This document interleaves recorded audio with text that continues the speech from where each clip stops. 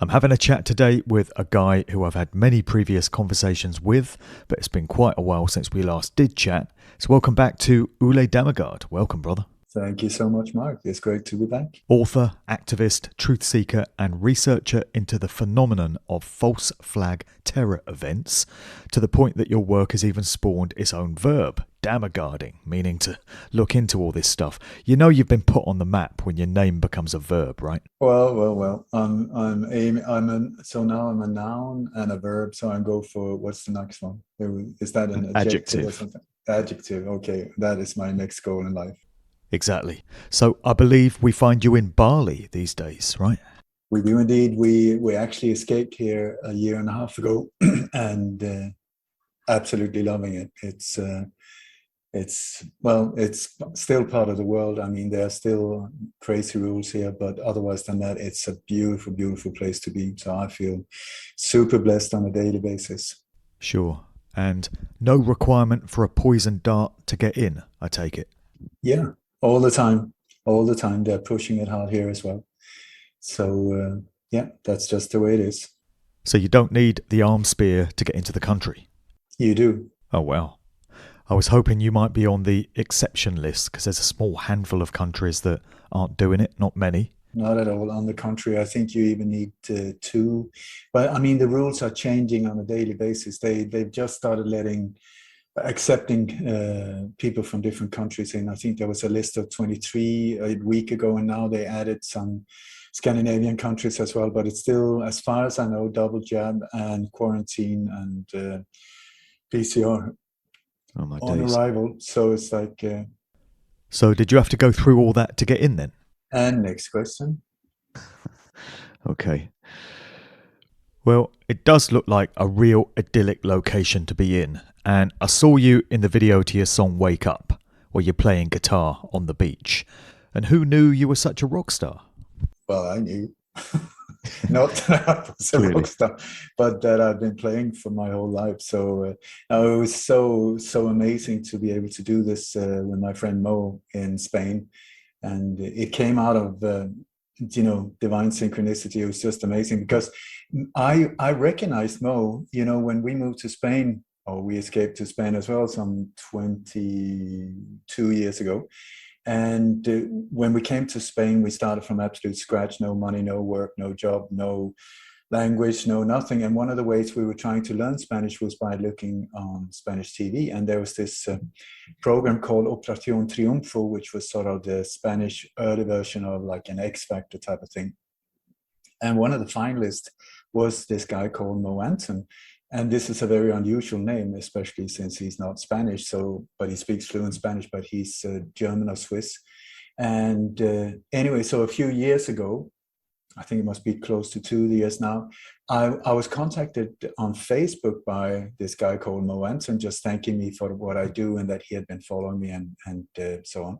And so I wrote back and said, listen, are you the Mo Anton? He said, yeah.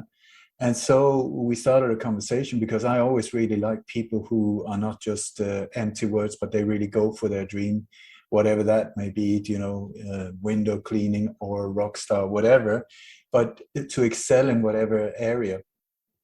And so it ended up with us deciding to meet up for a coffee. It was like a 700-kilometer drive, but we spent an hour or so together.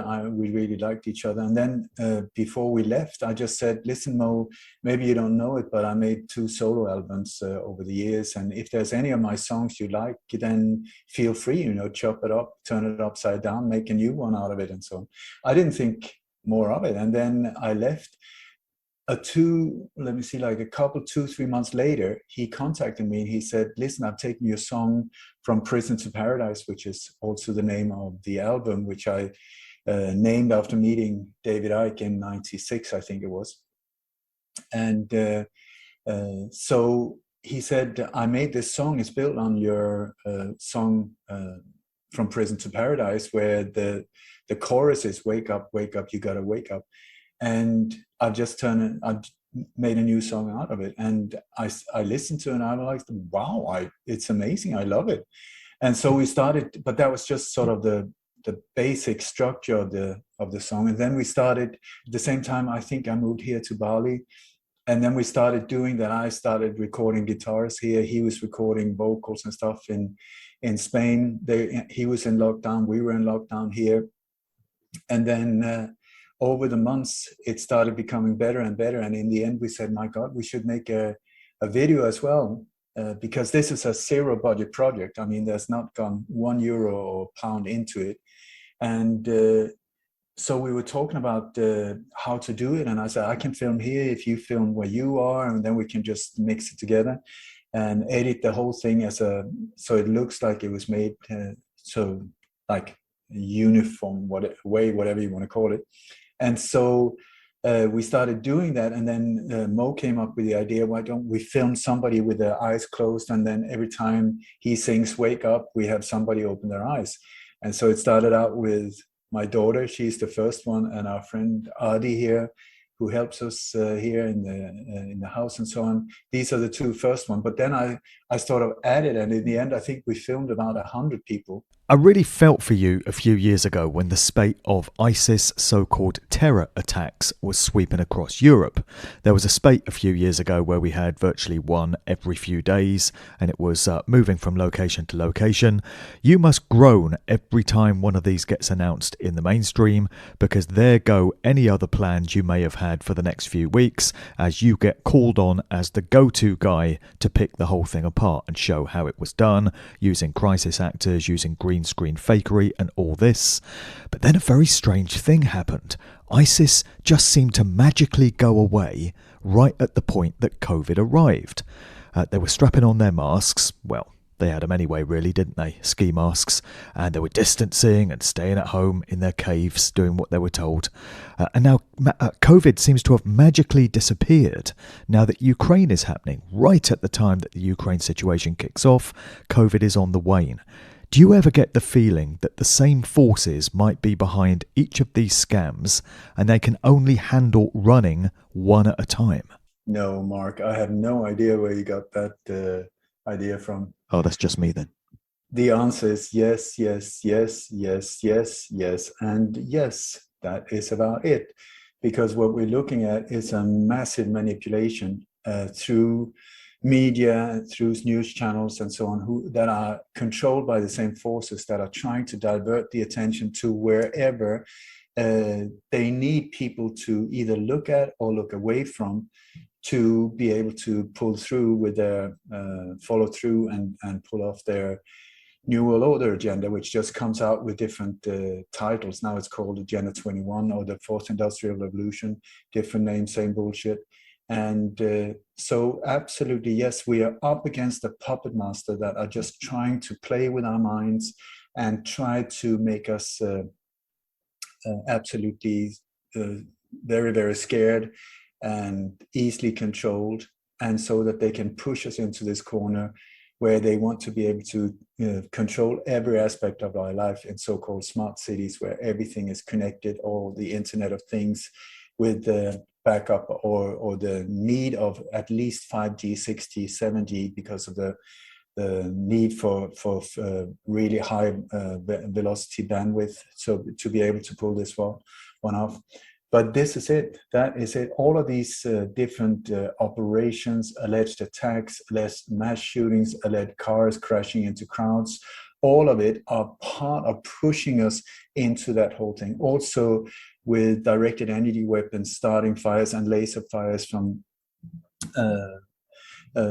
to burn off and cleanse areas like California. You have in Greece, you had in Portugal, Spain has also been the target for some of these very brutal fires.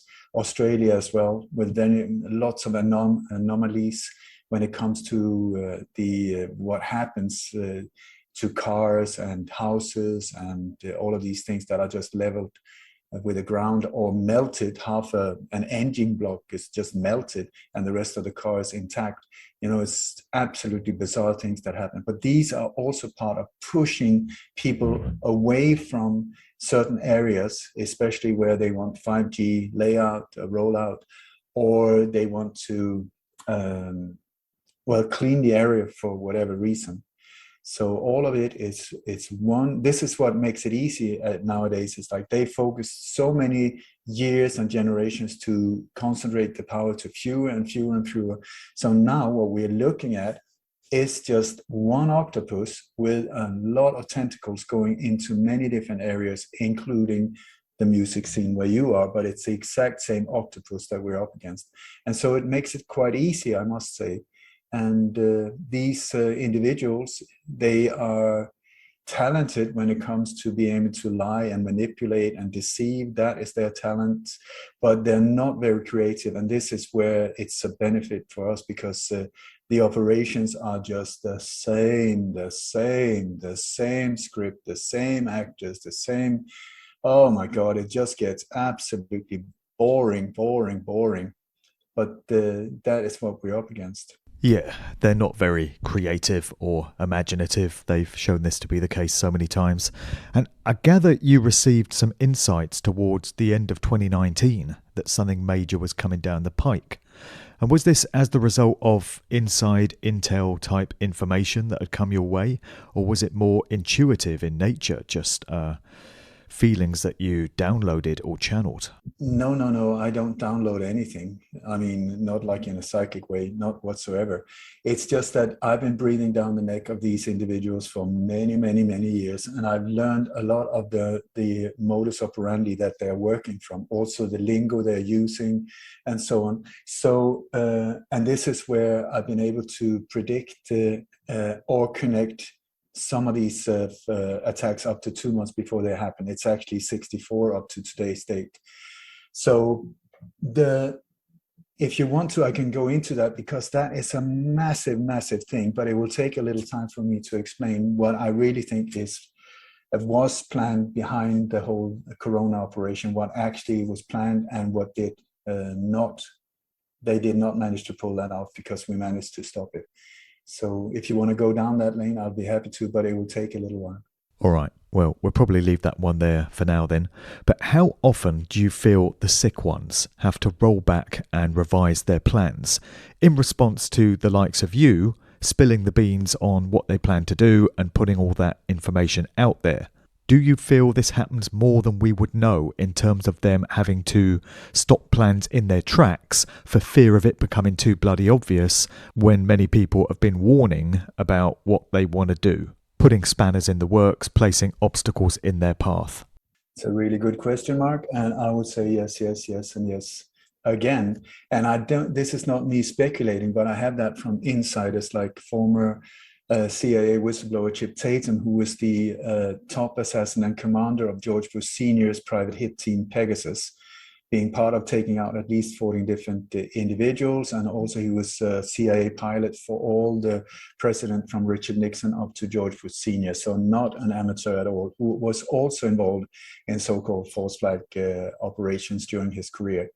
He said, after studying me, and he really admires what I'm doing and other people are doing as well, he said that their timeline, the dark forces, if you want to call them that, what we're looking at is a mobile unit that is traveling around in the world carrying out these operations. It is not thousands and thousands of assassins or skilled mercenaries and stuff like that are doing this. This is a mobile unit, mainly, that is being transported in big C-130 military planes from NATO base, air base to or US Air Force bases around the world, and then coming down. It's always more or less in NATO bases, in NATO countries, where they then are transported in buses to location where they have a so-called security drill for the protection of the population. Absolutely not true. It's to get rid of all people in that area.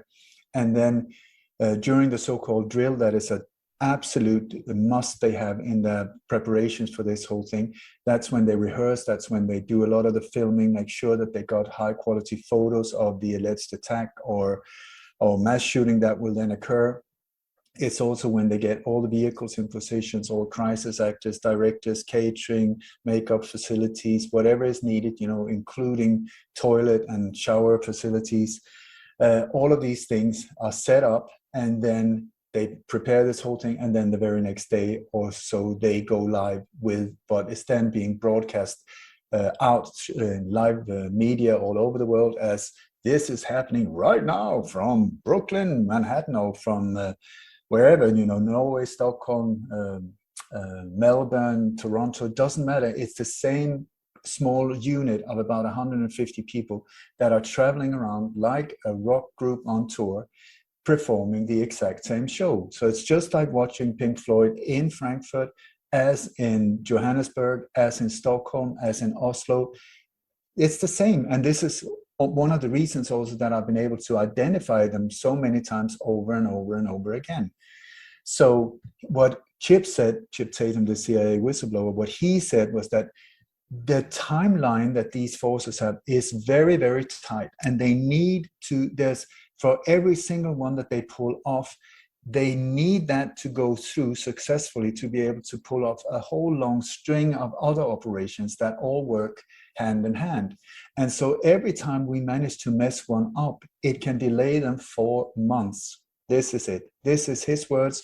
And I totally believe that is true. So just imagine if I predicted 64 of these ones on international radio up to 2 months before, just saying it's going to happen there, it's going to happen there, with the help of thousands of people in the world that have become aware of this thing and are sending me stuff all the time. And it's amazing. I have an incredible network all over the world, I tell you, who are very, very aware of these type of operations nowadays. And so every time we block them, it messes us up. And that is also why the quality of these operations it just goes worse and worse and worse. I mean, some of them are poor quality, low budget, absolute crap that it's just so bad. And I think the reason for that is because they can't prepare, they cannot really go into, because they get exposed. So they have to pull something out, and then, through media, pump it out saying, this really happened. Well, did it really? Because this is the question I always ask. Is it real or is it not? And that's why also, as you know, I've been traveling on my own to many countries where these alleged attacks have happened, or mass shootings or assassinations. And on location, while these operations are still active, I've been there trying to understand from a forensic point of view, investigative reporter type of view, what actually happened. Did it happen like the official version says, or did it not? And I'm yet to find anywhere where the official story has been true. I tell you, it sounds bizarre, but that is my experience. Is there any evidence to suggest that they're currently behind schedule in their plans for their Agenda 2030 New World Order Master Plan then? I think when you look at what's going on, I mean, I can't say definite things that pointing here, there, everywhere. What I have a feeling is that they keep speeding it up. It's not that many years ago when they were in total control and they were pulling the strings behind the scenes. Nobody saw them. Nobody understood what was going on. It was only geeks like myself who was there messing it up or trying to figure it out. And there was hardly any censorship. It was only aimed at individuals like myself. But when I was speaking to normal people saying I'm being shut down there, or I was censored here, or I have all of this technical issue, or my computer just was fried, or whatever, people go, yeah, yes, yeah. But of course, you must have done something if you were censored. That was just not that many years ago. Here, nowadays, there's been this incredible speed up and build up of censorship. Like now, I mean, if people gather rainbows, they got a SWAT team in their garden, or you make a post on Facebook about growing carrots or something like that, and you're banned. Like so this is the beauty of it, that this ugly beast and its bad breath is really starting to be noticeable for most people, that they're saying, whoa, what is happening here? This doesn't make any sense whatsoever. And I think the censorship, I mean, it's absolutely ridiculous what is happening to me. It's unbelievable. I'm being shut down right, left, and center. Even Patreon shut us down here a month ago. That is supposed to be a platform where you're safe and where truth seekers and artists and musicians can have a platform. It's been very helpful for us. It was our rent and everything was was gathered through Patreon, and then suddenly they shut us down. And the reason they shut us down was because they said, you have things on your website, not on the platform controlled by Patreon, not anything that had to do with the Patreon account, but things that was on my private website. They say you have to shut it down. And the things they pointed out, they were kind enough to send me links. It was an interview with Rainer Fulmich, who's the head of the Corona Investigative Committee, which is a legal entity of more than 100 international lawyers that are now pulling together a case against Fauci, Gates, and many of the other main players in this whole thing. And the second one they said you have to take away, and that was just the beginning of it, was when I did a filmed almost 4-hour testimonial to this Corona Investigative Committee. These ones. So it's like, what is that? The censorship, very brutal behind that. So in my world, either it's like they know that there are no resistance left, that they can just move forward full on. That's option one. Or option two, they're freaking out. And I believe this is what happened. I really hope this is what's happening, because when you look at the sloppiness and the speeding up of stuff, and it's falling apart, because millions and millions and millions of people are becoming aware of this. And even when with this whole madness around the alleged vaccines here, it's like, I mean, people like, how many boosters do you need? And can the government just please give me one reason why I should take any of it? And they haven't been able to give any answers. So it's falling apart, and this is why they now go from the whole Corona operation.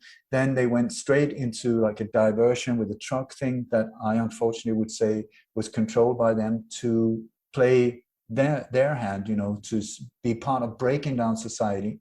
Even though, and I feel really bad for all of these beautiful people that joined in this and thought that they were doing something good for freedom and democracy. Well, sorry, I do not believe so.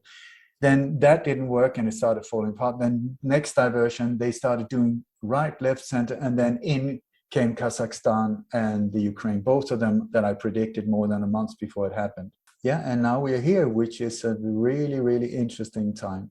Just with regards to that Rainer Fulmich case then, and the Corona Investigative Committee, I'm hearing that the likes of Fauci, Gates, Schwab are getting found guilty of things like fraud, treason, genocide, crimes against humanity in these grand juries.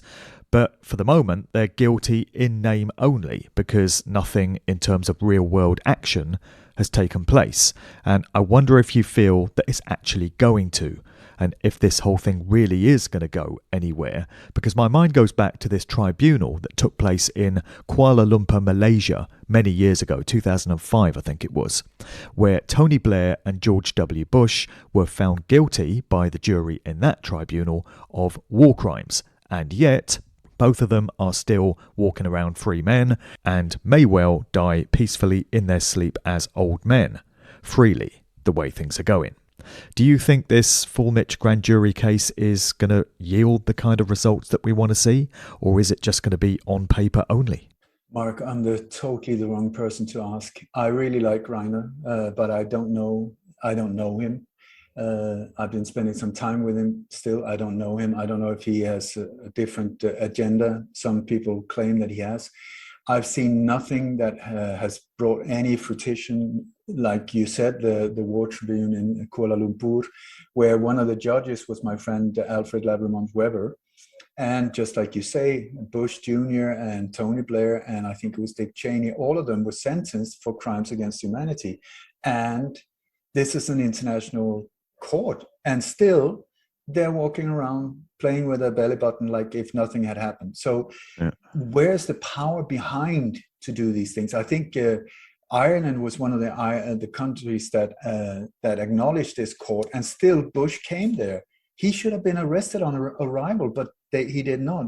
So this is, as long as these nations are in the grip of these very brutal criminals, nothing will happen. You have Sasha Stone's ITNG court also, where they gathered all of these testimonies about sexual abuse and satanic, all kind of stuff. What happened? As far as I know, nothing. And yet here we have another one And I just hope that together with all of the efforts that so many of us are doing right now, that it will come to a place where the system breaks down and suddenly these type of things will be of incredible efficiency. But my hopes are not really up there. I never thought that you can do it in a legal way, but then again, what do I know? Yeah. It's frustrating as hell, isn't it? Just seeing these bastards getting away with it continually, even in light of all the evidence that is now freely available, showing all their crimes. I want to say, please be aware, it's not, if the big fishes get away, then just imagine what is happening to normal people, how they are being ending up in the other end, because so many people in these controlled and infiltrated courtrooms are being destroyed by these forces. You know, the whole system is rigged, unfortunately, at this point. I don't trust any judges. I don't trust they need to prove themselves before I trust any. I'm contacted by so many people that are losing their kids to, that their kids are being kidnapped by social whatever, you know, taking care. I don't even know the names of these different government institutions and so on that are there officially to protect kids, but instead they're stealing it from the parents. And if you, like right now, there's 6 cases in Sweden against people, my friends in Sweden, that have been standing up, you know, pointing things out, and now they're being accused of slander, and I mean, they really try to destroy them. So one court in Sweden, it's one court in Sollentuna in Stockholm, where 6 of them are being called individually, and where they're planning and trying to destroy them, really to shut them up, because that is what they're trying to. So yeah, I have friends, unfortunately, quite a few that have died recently, the last year or two, quite young. I also have people in mental institutions. I have in prisons, both in Germany and in the US. So it's like, it's a rough one. It's a rough ride. Yes, it is. We all know that COVID was obviously a massive scam, and there's no shortage of evidence to prove this to be the case. And independent researchers are just starting to get to grips with the Russia-Ukraine situation now. In your professional estimation, from all that you've seen, is this yet another psy-op or completely manufactured non-natural event? I would say 100% absolute yes. And I want to say that I believe what is going on right now is that there's a war against Bitcoin, which is, I don't know what Bitcoin is, if it's an ambush made by the dark forces, so to get the global population into crypto and accepting crypto, because a wet dream of the New World Order have been since at least the 90s, to get a one world digital currency in that can be totally controlled by them. But Bitcoin, I'm not an expert, but yet again, Bitcoin is decentralized, which is the exact opposite of what the New World Order is trying to do, where they want centralization of everything. All power should be in one center. So there is a possibility, and I really hope that Bitcoin is an open gateway to freedom for many of us. But Bitcoin first was, if I can go back a little in history, in 2021, I'm going to answer about the Ukraine as well, but they're connected. So in June, the 4th to 6th of June, 2021, there was the biggest Bitcoin conference ever in Miami, Florida. There was about 12,000 attendees, and it was really super successful. And at that meeting, there were 4 nations, as far as I know, that decided that we're going to make Bitcoin legal tender. It seems like especially so-called underdeveloped third world countries are the ones that can gain the most from Bitcoin to get under the grip of the International Monetary Fund and the World Bank.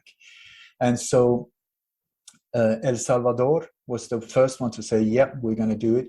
Then Panama, Paraguay, and the Ukraine said, we're going to do it as well. And so they took some legal steps to Ukraine as well.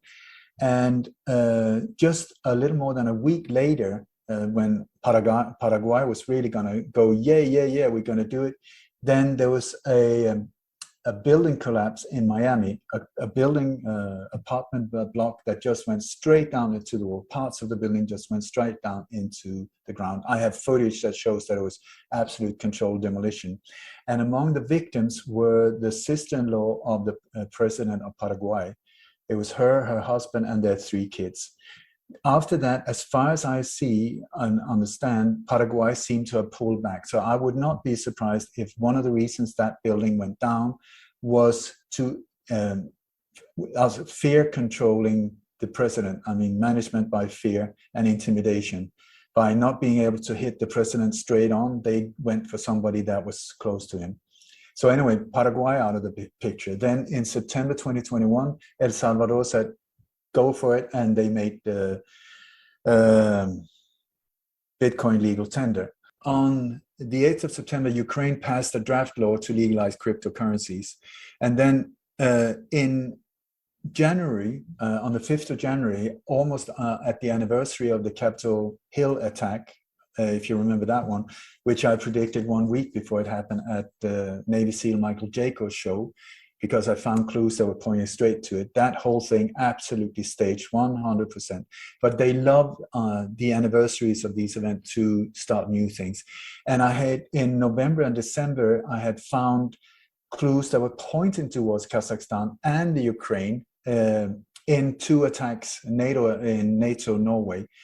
Clues that was pointing straight there. And it was the first time I had found clues in that direction, but especially Kazakhstan is a place that have, that I'm interested in because of a city called Astana, which has been prepared for the last 20, 25 years as a new world order capital.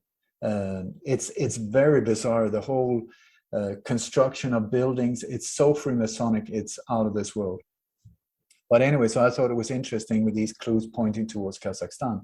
Anyway, so in January of 2000, this year, on the 5th of January, there was a so-called uprising in Kazakhstan because of the gas prices and so on, which is very easily manipulated. So if you want an uprising, you can easily do that if you control the market from the inside.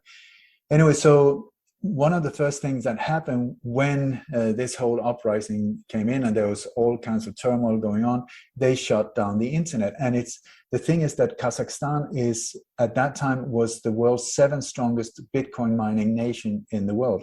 The Ukraine is another one, really, really strong. So when they shut down the internet, the Bitcoin mining went down as well. And Bitcoin has been under attack since then. The prices really went down and so on.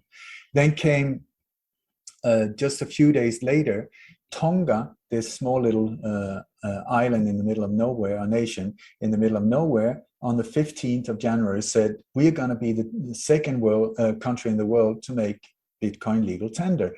And they did, and it didn't take, I think within 24 hours, they were hit by a volcanic eruption, it said. But this, according to NASA, if you want to trust them, the eruption was 500 times stronger than the bomb over Nagasaki. I mean, that is incredibly powerful. And also during the whole eruption, there was about 86,000 lightning strikes towards the area where this so-called volcanic eruption took place. That's 167 lightning strikes per minute. I mean, does that sound natural to you? I would say absolutely not. What we're looking at is directed energy weapons and HARP technology, which is plus also we've seen what appears to be satellite images of what seems to be some kind of missile, maybe with a nuclear warhead on it or something that was the cause for this eruption. Anyway, Tonga was flooded and boom, they went out of the game. So then in on stage here came the Ukraine. And so I find that really interesting because the Ukraine was also, they had taken this former nuclear power station and made it into a Bitcoin mining center with the intention of having it up and running by the summer of 2022. And then suddenly this happened instead. So if you ask me, I would very strongly suggest that you've had the deconstruction of the US for the last few years. They've used the Corona whole project to destroy everything in the US, small businesses, hotel, restaurants, break it down, just destroy it from the inside. So the US as such, as a superpower, has been destroyed. It is no longer. And now with the dollar being very, very vulnerable, I mean, it's just a matter of time when it's bye-bye, good farewell to that power. The center for the New World Order had been, or the plan had been, to move their center to the east, somewhere in the middle of Asia, to control both East and West, China and the whole shebang. And that is where Astana comes in Kazakhstan. So when so the question is, how can you then destroy superpower number two, in this case Russia, because these are the two ones that they have a problem with, because they want one world absolute control, one world fascist state. So how to do it? And finances is the way to go, according to them, to destroy Russia financially. They've done it several times over, but Russia got up on their feet again. So I would suggest that we look at what is called the World Economic Forum, which is sort of the 1% of the financial interest in the world, that meets in Davos once a year. But it's like multinational corporations and many very strong, financially rich, extremely rich people in the world that meet at this place. And it is here we see behind the scenes of what is the New World Order agenda. It goes under the name of the Fourth Industrial Revolution, but it also, another name of their operation is Agenda 21, which has Agenda 2030, which is just, it's not a different plan, it's just sort of like a part plan of the whole thing, Agenda 2030. But it's the main name is Agenda 21, which is the agenda for the 21st century. So it's the whole thing. So what they always do is that they need, if they're going to hit a nation, they need to demonize it first. They need to demonize the leader. The leader is often somebody that they have, it's been one of their puppets, one of them individuals that have been controlled, financed, and so on. You had the Shah, you had Saddam Hussein, you had other leaders like that were their allies for a while. And then when it didn't fit them anymore, they just started demonizing them to justify invasion, destruction, and whatever of that nation, so that they could take over for whatever reason. Most of the time it's minerals, oil, gold, strategic positions, these type of things. And then they, in these war zones, they move in and they put up all of these army bases, military bases, and so on. And then when peace comes, finally, they pull back, but all of these bases are left there to control the area. And often also it has, it's deeply involved in drug trading on a high level. So here we have, when you look at the scenario, there's an organization also that is called the Young Global Leaders, that was created by the World Economic Forum in the early 90s, at this, more or less the exact same time when the whole climate change thing started in Rio de Janeiro, where also just a year or so before, George Bush Sr. had stepped forward on 9/11 of all dates, in 1990, exactly 11 years before the Twin Towers came down. He stood up and said, listen guys, this is the New World Order. That's it. We're going to do whatever we want. You can't do anything about it. So you better just pull down your pants and surrender. We're going to do it anyway. So this is it. Just eat, swallow, and shut up. And after that, the whole campaign with the New World Order started being pumped out there through Gordon Brown, Tony Blair. All of these different leaders started talking about the New World Order. But at the very same time, also the World Economic Forum started what they called the Young Global Leaders, which was like, I think it's a 5-year education or indoctrination of young, beautiful people from different countries, royal families, specific families also with bloodlines and so on, for future control of the planet. Young, beautiful people and Jacinda Ardern. Yeah. Well, there you go. No, but you have Trudeau, you have Macron from Belgium, you have the French leader, you have also, they claim that Putin was a young global leader in the early 90s. So you have Richard Branson, you have Angela Merkel, you had Bono from U2. You have also the founder of Alibaba, the founder of Google, Facebook, Mark Zuckerberg was one of them. You had Wikipedia, Telegram. And so I don't know about Telegram. He's been at the World Economic Forum. I'm not sure if he was one of the young global leaders. But anyway, another one of them was Volodymyr Zelensky, the Prime Minister of the Ukraine. So here you suddenly have a war zone where you have possibly the control of Vladimir Putin through the World Economic Forum, who is officially a former agent. But I heard an interview many years ago with an MI6 agent in the UK who mentioned that while he was being trained in different camps around the UK, there was another of the young agents that was Vladimir Putin.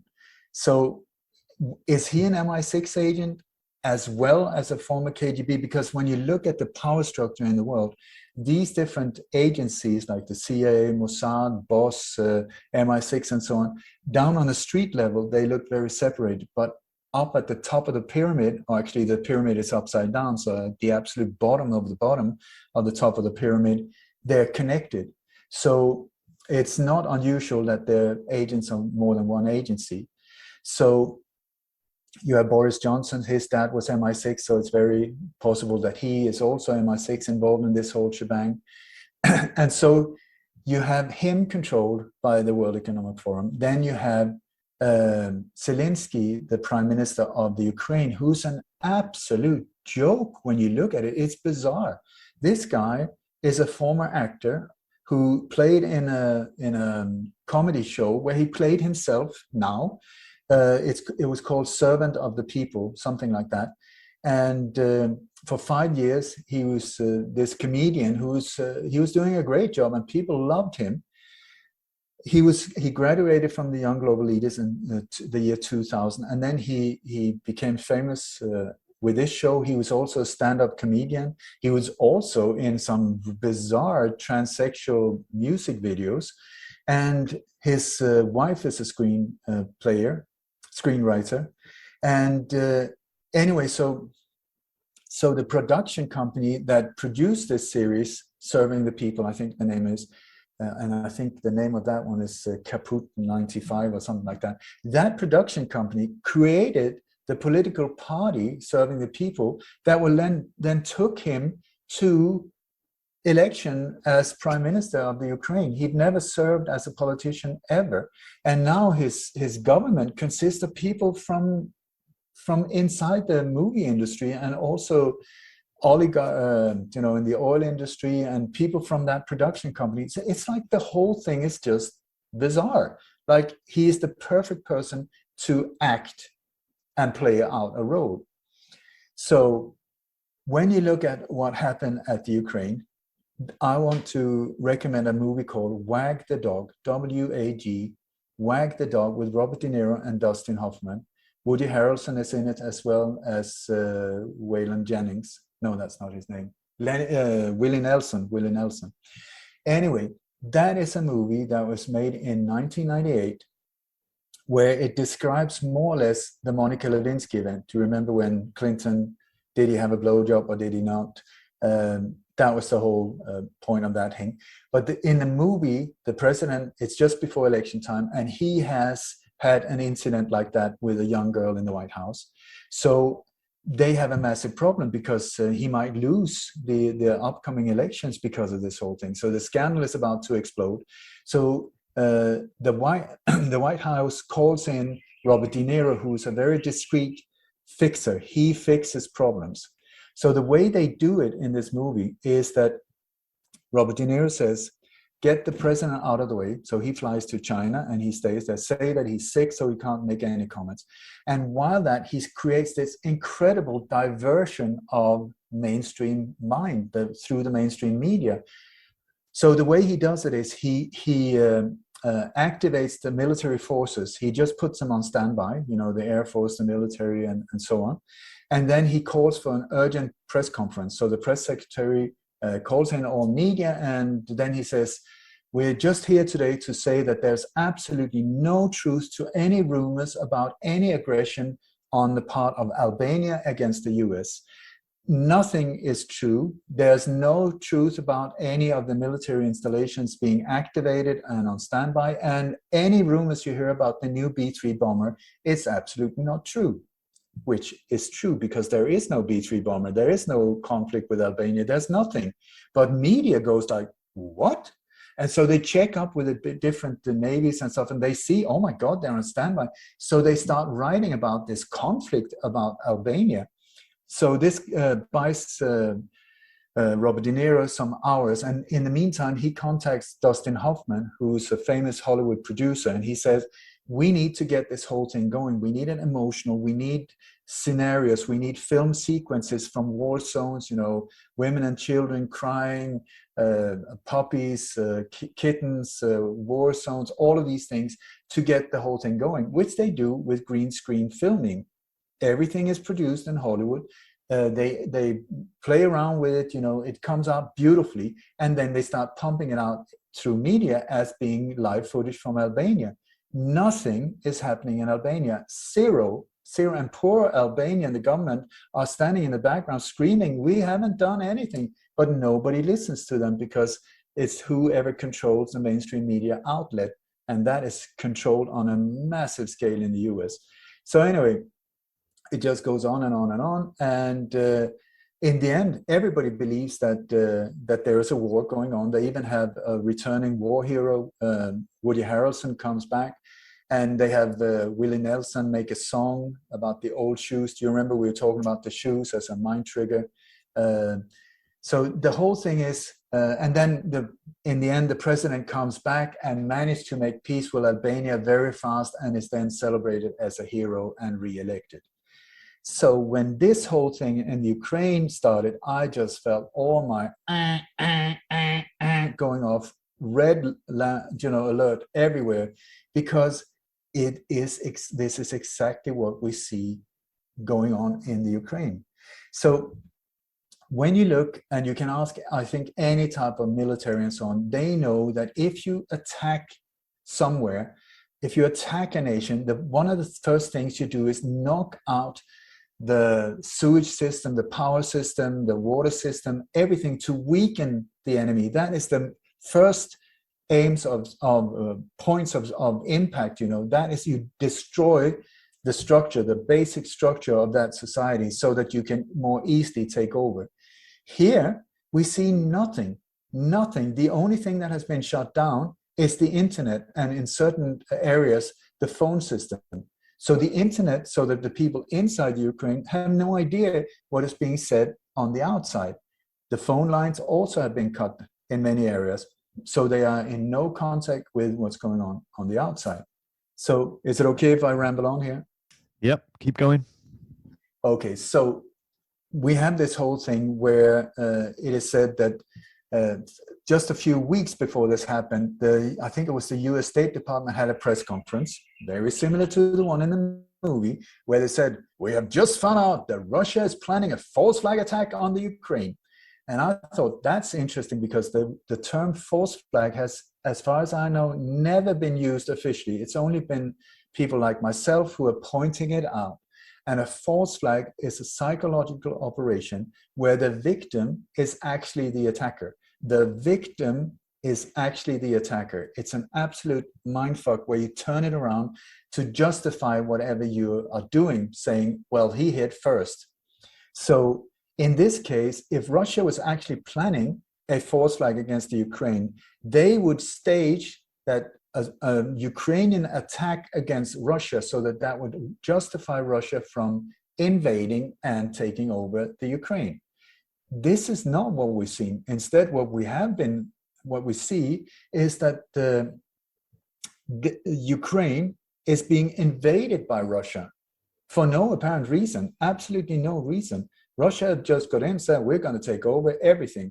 But when you hear what is going on. And when you see the footage coming from there, is just bizarre, because all footage that comes from the Ukraine should be authentic, wouldn't you say so? But here instead we see that the footage that are being used in media all over the world is from former operations and explosions in Palestine, in Syria. You got from gun shows in Texas. You got from earlier military operations in Ukraine, and I think it was in 2014 when there was a big thing going on there at that time. You have also, I was informed by this for many years ago, that the people that are carrying these things out are very afraid of the law of karma. What you do comes back to you. And since this small group is doing so much mayhem in this world, this law really scares them. So what they're doing is they're leaving clues in the forensic evidence saying, this is what we are doing it. It is not real, or it's we who are doing it. And the way they're interpreting, they're also leaving clues about upcoming attacks. That is how my name became famous, because I became aware of this, is because the way they see it, if they show us even in subtle ways what they're going to do, and we do not react, we don't find it, we indirectly consent, and then the bad karma is on our shoulders, not theirs. So it's in their selfish reasons and benefit to show us what they're going to do. And also in this case, show if it's not real, that they're showing us to avoid the repercussions of the law of karma in their weird way of interpreting it, because I think that is very, very odd. It's only because it was an insider that informed me that I even started listening to this. And then I found that it's actually there. They're actually doing this thing with leaving the clues there. So when you look at here what's going on, you see there's a lot of footage where people are running around with guns made of wood. I mean, they don't even paint them. There's like planks that they've sawed out, really. And you have snipers, and they forgot to take the cap away on the sniper scope. You have people running around with airsoft rifles. You have the military equipment that is used in this whole thing is from the 70s. It's like really old crap that can hardly move. Also, they leave behind like a Russian military vehicle. Inside it is, and they leave like an empty uniform and Russian cans. That is exactly the way, like outside the Twin Towers, there was a passport of one another. The passport is there all the time, Charlie Hebdo, so many other times when ISIS is said to have been there. They leave these clues so that there would be no doubt in the main mind they were the ones who did it. So here we have, it's the Russians. But then when you look at, we're being told, oh, there's all of these explosions and incoming fire and all, and the Ukraine is a war zone. Then there's certain websites around the world where you can see the CCTV cameras that are on 24 hours a day, live footage, and you look at them and there's absolutely nothing happening. It's just another day in paradise. Nothing is happening there. You look on the news, explosions, boom, boom, boom, boom, boom.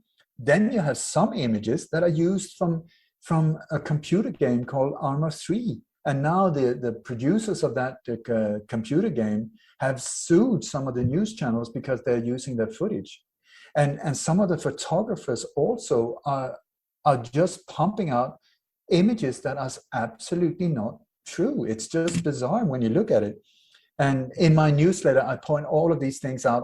I also, over the years, I show the clues that I found. I said, this is where I think it's going to happen next. So this is why I can back my words with, this is when I said it, boom, that's when it happened. This is when I said it, boom, that's when it happened. And so on. So these things are not just empty words.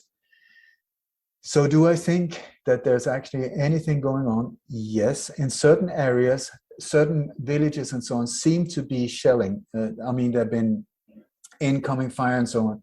But what the people there, when interviewed by independent journalists that gets into this area, they say that it's the Ukrainian army that are shooting at their own people. And the Russians are trying to get in there and help them with food deliveries and help them get out of difficult situation. But it's actually the Ukrainian shooting at the Ukrainians, creating war zones.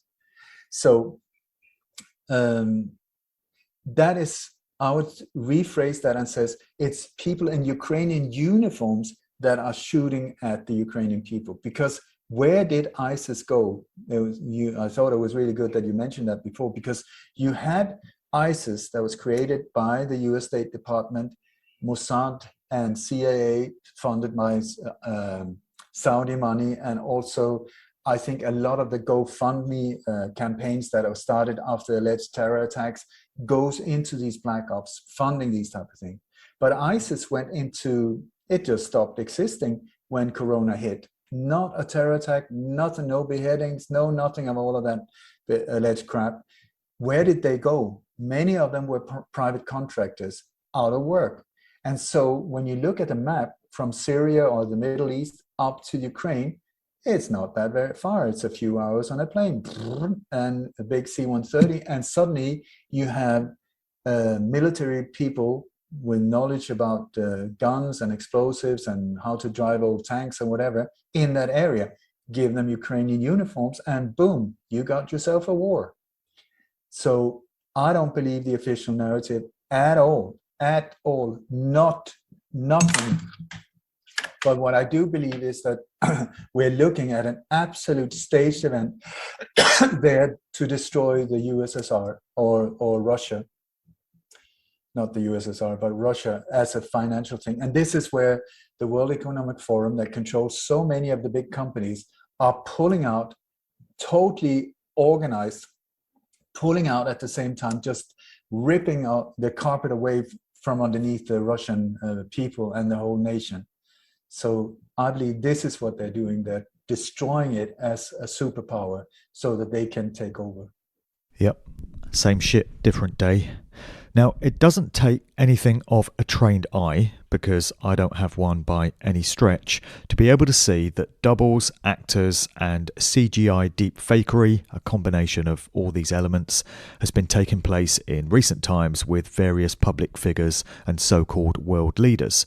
So, for example, whatever that thing is that's being presented as Joe Biden, it ain't the original Joe Biden, as far as I can see, when you compare it to old photographs and footage of the original Joe Biden. Plus, this one, even if it is the real thing, keeps pixelating out and appearing on film sets at the so-called White House and such. So what's going on there?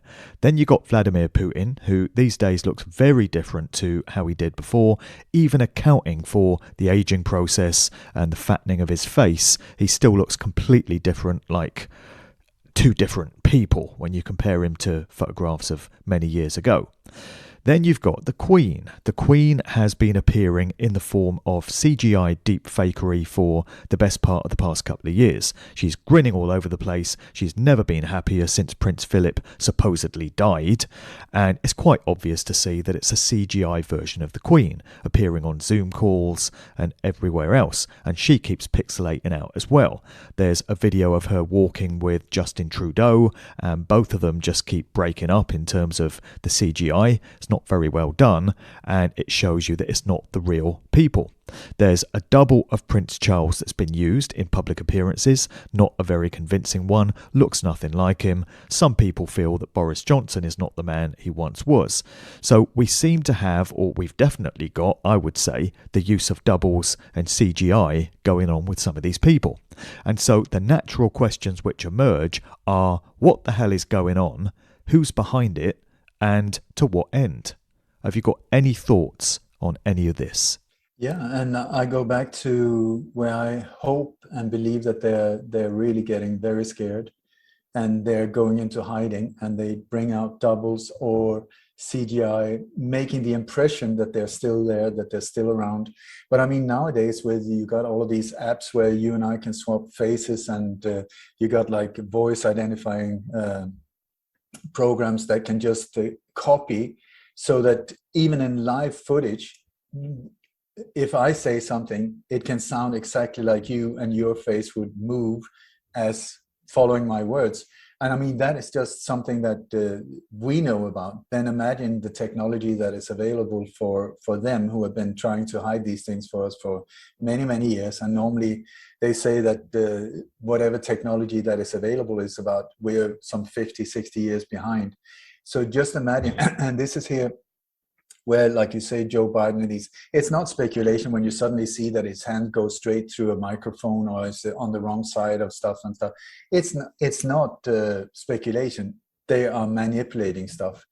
And so what's going on, I see it as something positive. I really think that when you think of it, the people that are behind this dark agenda, it's only a few thousand, maybe the top of whatever, they're just a handful, but the people that are in this organized crime unit on a global scale, I would say maybe up to 8,000 people, and some people have calculated 8,000, but we are billions. We're billions. And I spoke to this mathematician. He said, it's just like if you're standing on a big, beautiful, white, sandy beach, and you pick up one grain of sand, that's them.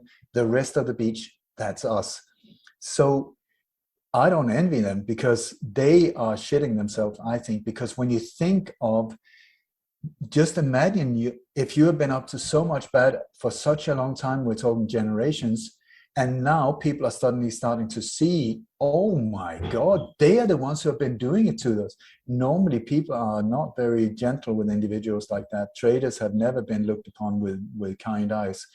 So I think that they're freaking out, and that what they're trying now is to, through AI and technology, push, because that's their only chance to get us into this whole digital grid system before enough of us becomes aware of what's going on. Because once that's happening and it's beyond the tipping point, it's game over for these individuals. So I think they're freaking out. And again, as you said before, it's all being done so sloppily. You know, so many of these CGI renderings are glitching out, and they're really bad technically, and the photographs don't match up, and the doubles are very unconvincing. You'd think they'd be able to do a better job of it and hire some better staff to put together these CGIs and stuff. It's being done so sloppily, it can be easily taken apart by anyone with a vigilant eye. I mean, sometimes you get the impression they're doing it this sloppily on purpose, because they want to be found out. They want you to know that it's all a big farce.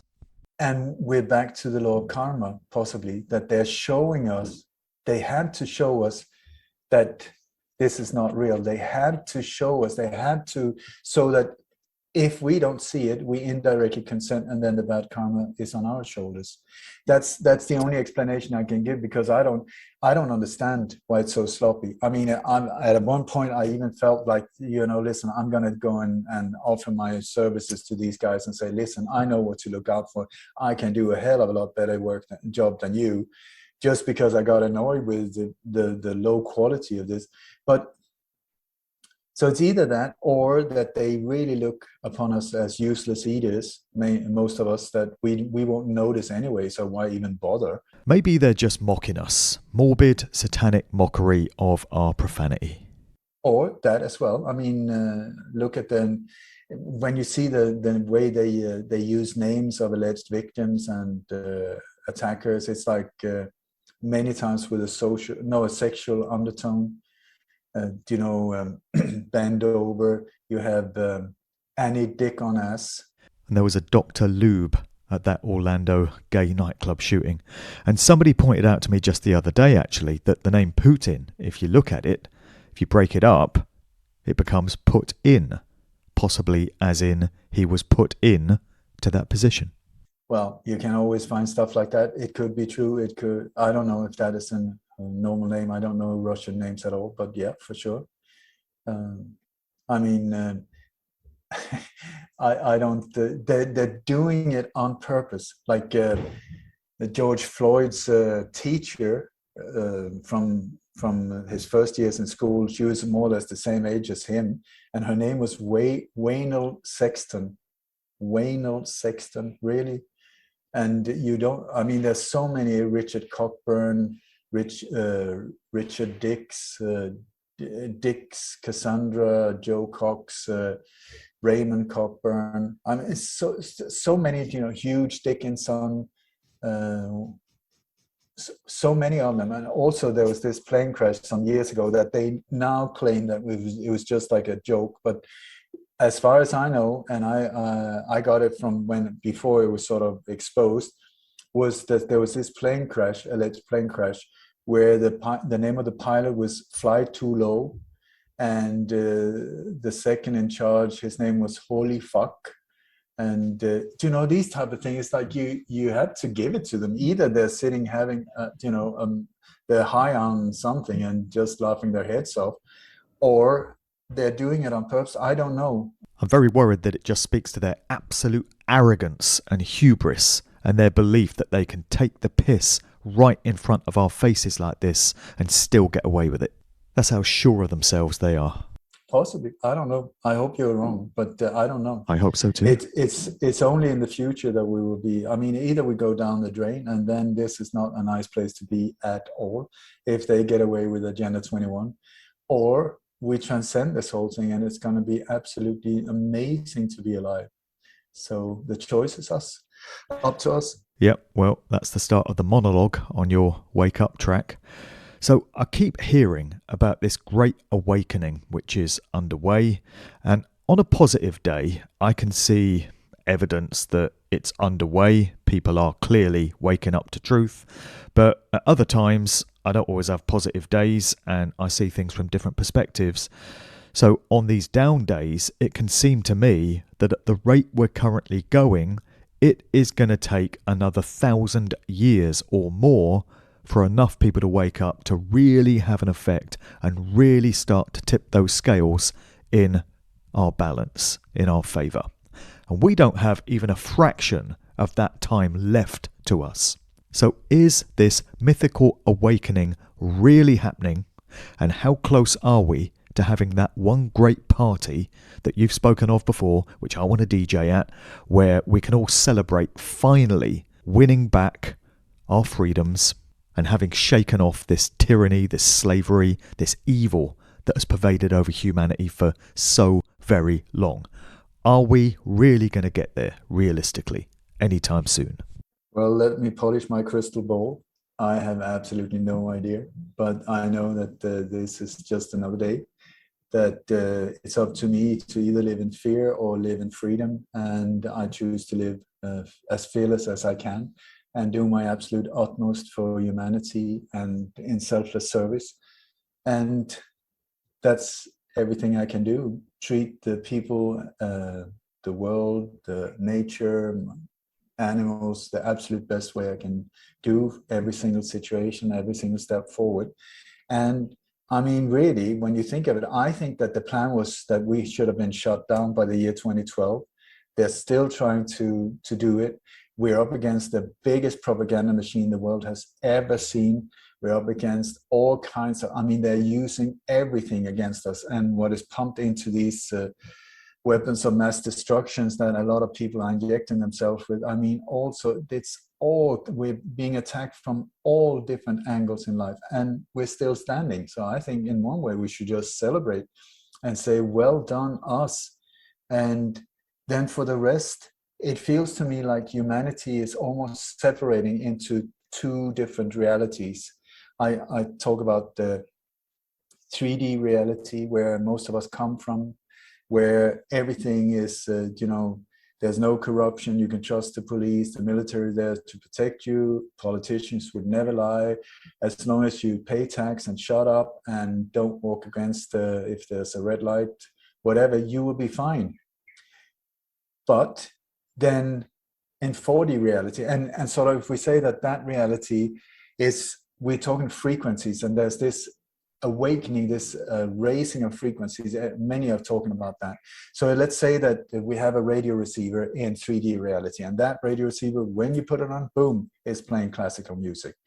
Then many of us get on some kind of hero's journey through trauma, or something horrible happens, or we go to workshops or whatever it is. It takes us on this journey where we start trying to figure out life, we start trying to figure out ourselves and so on. And we get on this journey where we start, I think, raising the frequency. It's not easy. It's very challenging, and many people back off, go back into 3D reality. But anyway, during that time, it's almost like on a radio receiver, the old ones, when you go through from one channel to the next one. So there's a lot of in between. So suddenly, if you continue your travel, suddenly you come to, let's call it 4D reality. And in 4D reality, it looks the same, but everything is actually upside down. It's an inverted reality where you suddenly start discovering that, oh my God, we've been lied to. Everything I was told was a lie.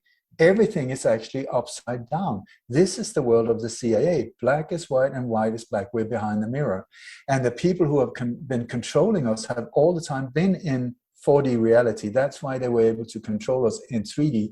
And that's why they keep pushing us down through fear, through media, everything to stay put in 3D reality. Because in 4D reality, you start seeing that, oh God, look at everything is the upside down. What they've been telling us is bad for us, it's actually good. What they're telling us is good for us is actually bad.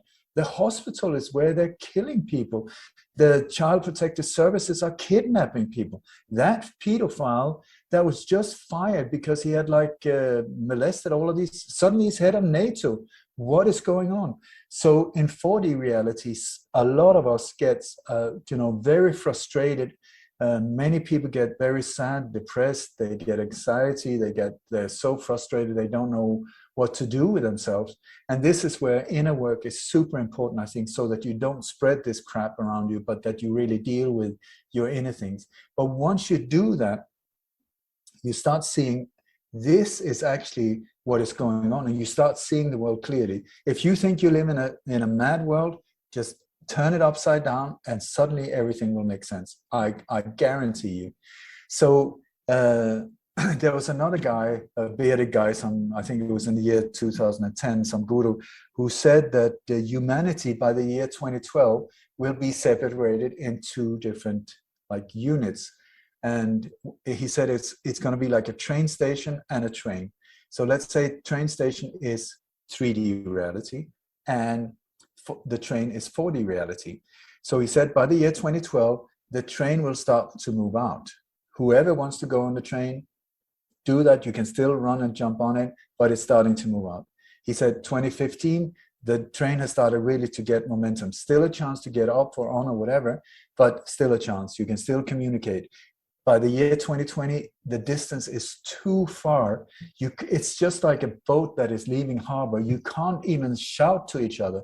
And now, this is exactly what I believe is happening when anyone who is in 4D reality, where most of us, I think most of your listeners are as well, if you start talking to somebody in 3D reality, like your parents or your spouse or something, you can only speak about cooking or golf and nothing of importance, because suddenly you are in different realities. I was talking about this radio before, and it's like they are listening to that radio, it's classical music. You are listening to the exact same radio receiver, it looks the same, but suddenly you are listening to Jimi Hendrix, and you're saying to them, it's Jimi Hendrix playing, and they're saying, no, it's Beethoven.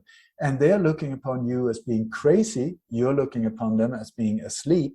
You're both truthful. You're both having an experience of reality, but it's divided.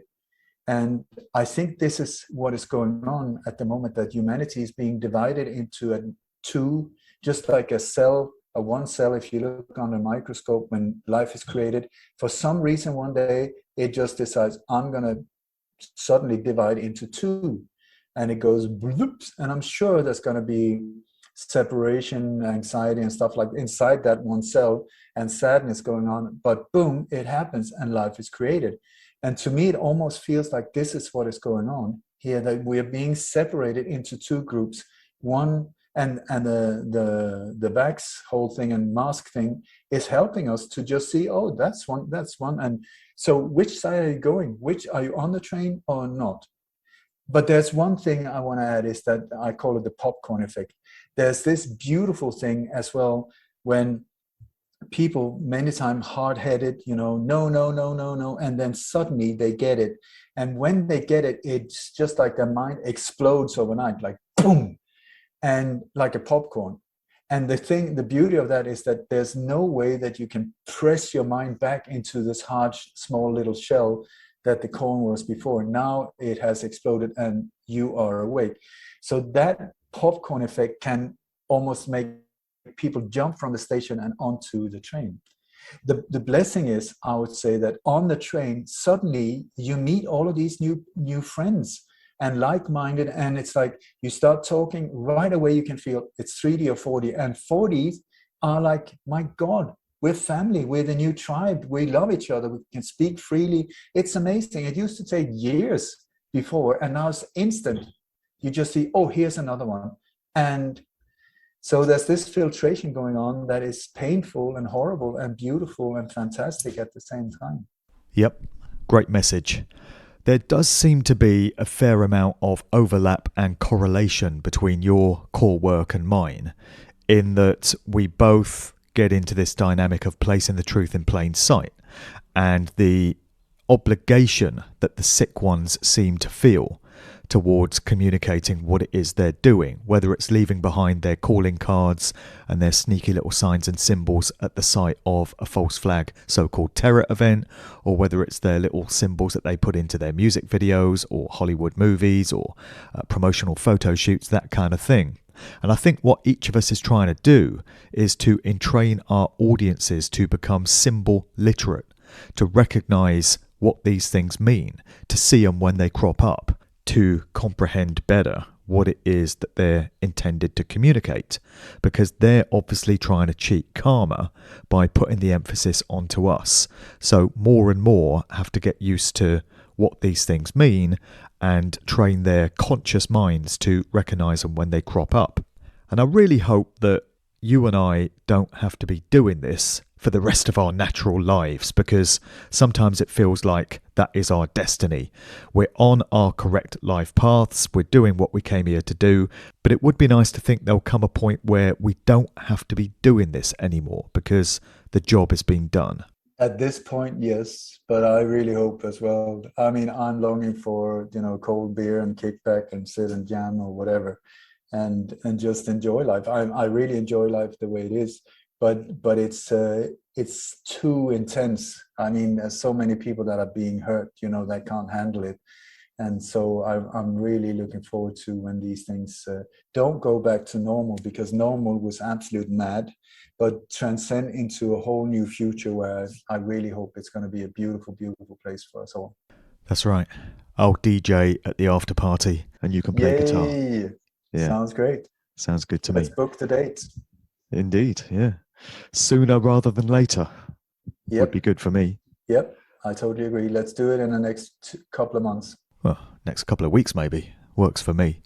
All right, Ole, that seems like a great point to leave it. Do you want to just let the listeners know where they can head to find all your work online, your various different platforms and stuff, places where you're not banned?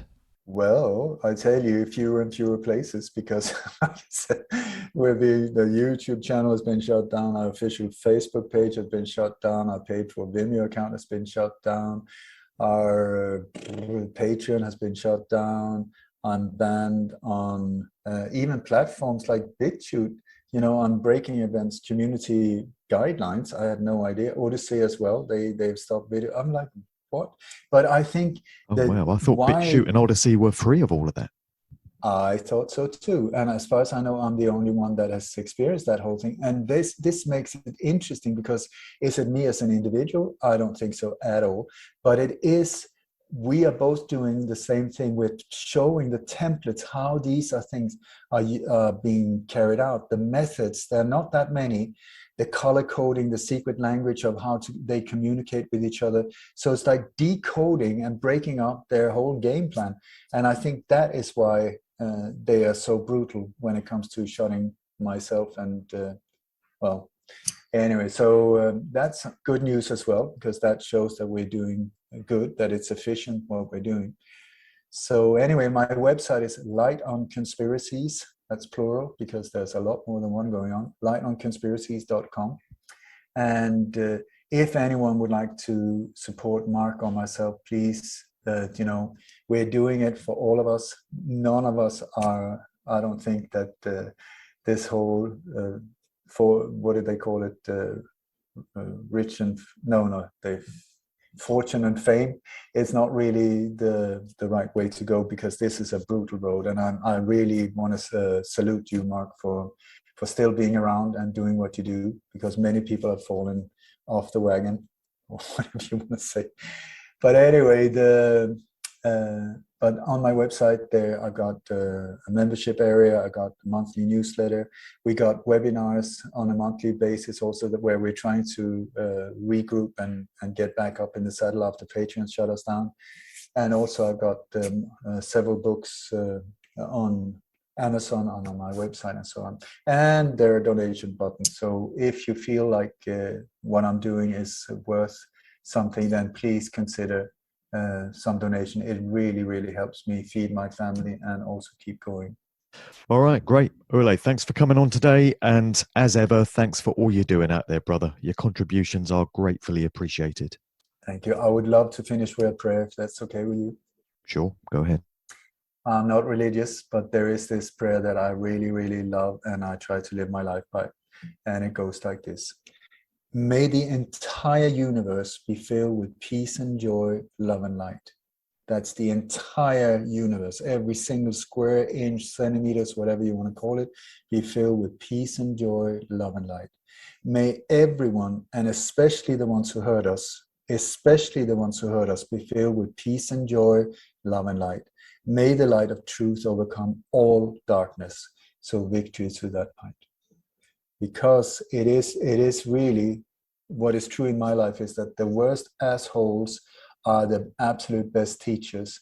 And it's only through these super cycles that millions of us are waking up or becoming aware, thanks to them making it so obvious to us and being so horrible, that we finally get ourselves out our own butt and our own greed and our own selfish ways of looking upon life and not caring about anyone else. Now suddenly this is affecting so many of our lives, and finally, after all of these years, I see people really starting to get it. So indirectly, we have to thank these super cycles that are it's just like in a Batman movie. You need a villain to spice it up, and they're doing a great job. They're absolutely horrible. And so what can you say? Indirectly, on a spiritual level, we have to thank them. Here on the street level, I'm going to do everything to transcend them. That is one of my missions of my life. So there you go. That is an awesome way of looking at it.